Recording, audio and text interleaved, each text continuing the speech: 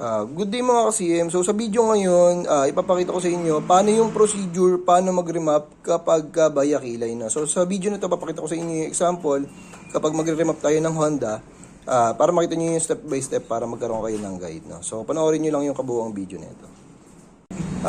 Good afternoon po mga ka-CM dyan. So ngayon sa video na to, papakita po namin sa inyo paano mag-remap ba ng Honda, kasi ang Honda is via K-line, no? So ipapakita namin sa inyo kung ano yung procedure para maging guide nyo step by step kung paano kayo magre-remap ng Honda sa mga MST 100 Pro X ninyo or MST 500 Pro na mga modified version ninyo, no? So ngayon, kay MST, since via K-line po ang pagre-remap ng Honda, so ikakabit lang po natin yung ating MST doon sa mismong DLC ng ating mga motor. Yan, kung saan po natin kinakabit yung ating diagnostic tool. Kagaya niyan. So ngayon, ipapakita ko po sa inyo kung ano yung mga step by step na papasukin ninyo or gagawin nyo sa mga MST nyo para ma-remap nyo ang isang Honda motorcycle. Okay, so pasok tayo dito. Okay, so unang-una mga ka-CM, kailangan buhayin natin yung ating MST. So yung MST, mabubuhay lang yan sa ating mga Honda kapag in-ignition on na natin yung ating motor. Okay, so ngayon, papasok tayo sa remap. Then, Honda. Dalawang klase ang Honda remap natin. No? May Keihin, may Shindengin. So sa mga Keihin yan, yung mga dekadena na motor, and then yung mga Shindengin naman is mga scooter type. Okay, so itong ngayon ay isang Click version 3.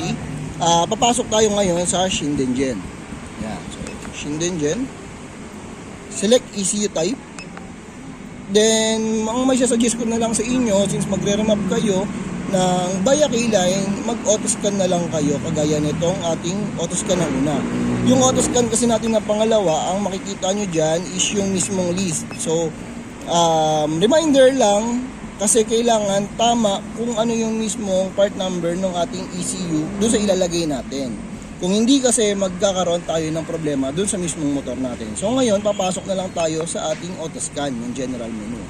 Pag in-click natin yan, kusa niyang i-detect kung ano yung ating motor. Pero kapag wala siyang na-detect, wala siyang nakuwang motor, please lang wag niyo nang ituloy kasi baka magkaroon kayo ng problema doon sa pagre-remap natin sa ating mga motor.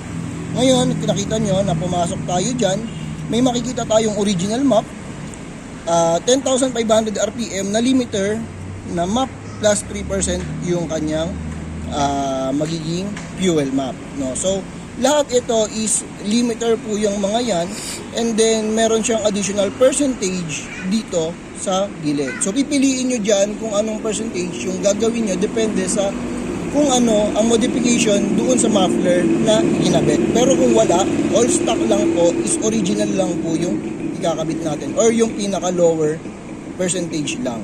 Yan, kagaya niyan. So ngayon, paano ba gagawin yan? I-click lang natin yung original, click OK.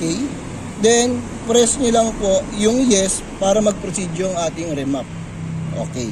So after po nyan, pagka ni-remap na natin po siya, maglo-load na po yan or magpa-flash na po yung motor. Then after nun, magkakaroon po siya ng notification na magkasucceed yung ating remap.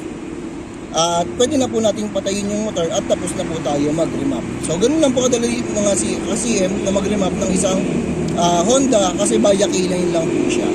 Okay, so thank you so much guys. So kung may mga question kayo, pwede kayo mag-PM sa ating Facebook page.